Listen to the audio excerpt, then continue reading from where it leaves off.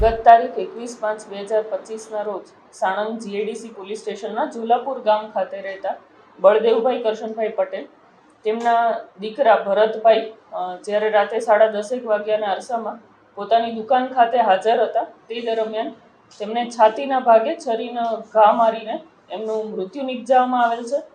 આ બનાવની જાણ થતાં તાત્કાલિક સાણંદ જીઆઈડીસી પોલીસ ઘટના સ્થળે અને જ્યાં મરણ જનાર ભરતભાઈ જે છે જેમની ઉંમર 19 વર્ષ છે એ સીએચસી ખાતે તેમને લઈ જવામાં આવેલ ત્યાં પોલીસ પહોંચેલ હતી। પોલીસને સમગ્ર બનાવની હકીકતની જાણ થતાં તાત્કાલિક હત્યાનો ગુનો નોંધી આગળ કાયદેસરની કાર્યવાહી કરવામાં આવેલ હતી। આ કામના જે ફરિયાદી છે બળદેવભાઈ કરશનભાઈ ગોળી પટેલ તેમના દીકરા ભરતભાઈ જેમને અગાઉ તે જ ગામના રહેતા એક કિશોર સાથે અણબનાવ થયેલો હતો અને આ ગામના જે કાયદાના સંઘર્ષમાં આવેલ કિશોર છે તેને તેની બહેન સાથે આ મૃતકને છેલ્લા 2-3 વર્ષથી પ્રેમ સંબંધ હતો અને આ પ્રેમ સંબંધ હોવાના નાતે તેને ગમતું ન હતું। અગાઉ 6 મહિના પહેલા પણ તેણે મરણ જનારને તેની સાથે બનાવ બનતા તેને જાણ કરેલ હતી કે તે બંને વાત ન કરે, તેમ છતાં તેણે વાત કરવાનું શરૂ રાખેલું।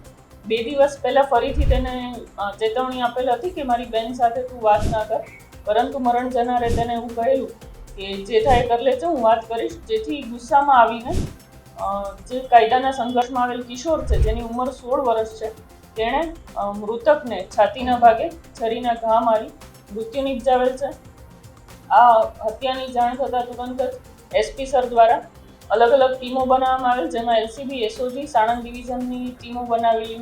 બનાવીને કાયદાના સંઘર્ષમાં આવેલ કિશોર છે તેની શોધખોળ હાથ ધરવામાં આવેલ અને તેમાં પોલીસ કોન્સ્ટેબલ અરવિંદભાઈને તેની બાતમી મળતા કિશોરને નજરકેદ કરવામાં આવેલ છે અને આગળની કાયદેસરની કાર્યવાહી ચાલુમાં છે। આ કામના જે મૃતક છે તેને મેં કીધું એમ કે 2 દિવસ પહેલા કાયદાના સંઘર્ષમાં આવેલ કિશોર છે તેની સાથે ફરીથી બોલાચાલી થયેલ અને કાયદાના સંઘર્ષમાં આવેલ કિશોરે તેને કહેલ કે મારી બેન સાથે તું વાત ના કર